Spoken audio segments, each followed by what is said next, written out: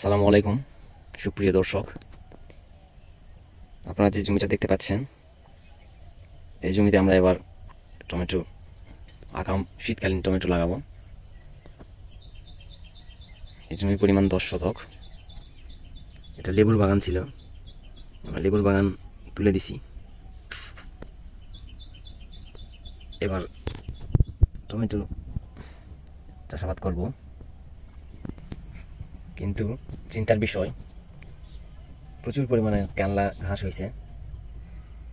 আপনারা দেখতে পাচ্ছেন কি পরিমাণ ক্যানলা ঘাস।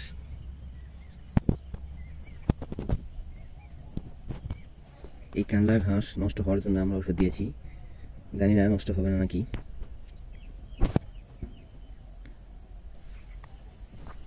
আর এই পাশে আমরা বীজতলা তৈরি করেছি।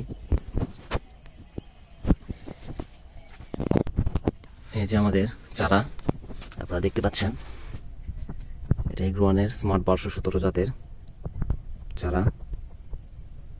উপরে পলিথিন দেওয়া আছে, এই জন্য ব্রাইটনেস ভালো আসতেছে না। চারার জার্মিনেশন প্রায় 100% দেখা যাচ্ছে। এই জাতটি আমরা গতবার রোপণ করেছিলাম 10 কাঠা জমিতে। অধিক ফলনের কারণে এবার আমরা আবার এই চারা রোপণ করেছি।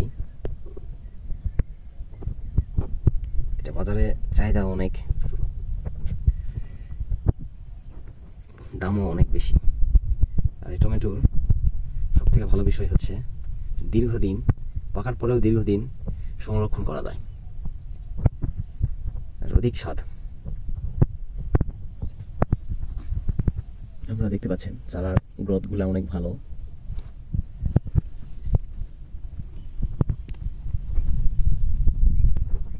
কিন্তু দু একটা চারা ঝুলে পড়ে নষ্ট হয়ে যাচ্ছে পচাকানোর কারণে, অতিরিক্ত বৃষ্টি হওয়ার কারণে গোড়াটা নষ্ট হয়ে যাচ্ছে।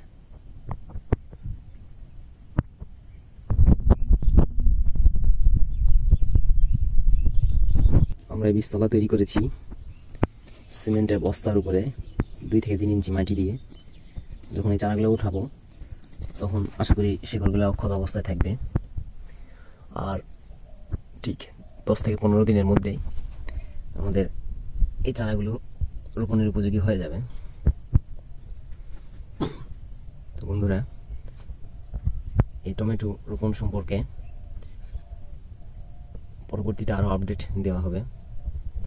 আপনারা আমাদের এই গ্রামীণ এগ্রো চ্যানেলের সাবস্ক্রাইব করে আমাদের পাশে থাকবেন। আসসালামু আলাইকুম।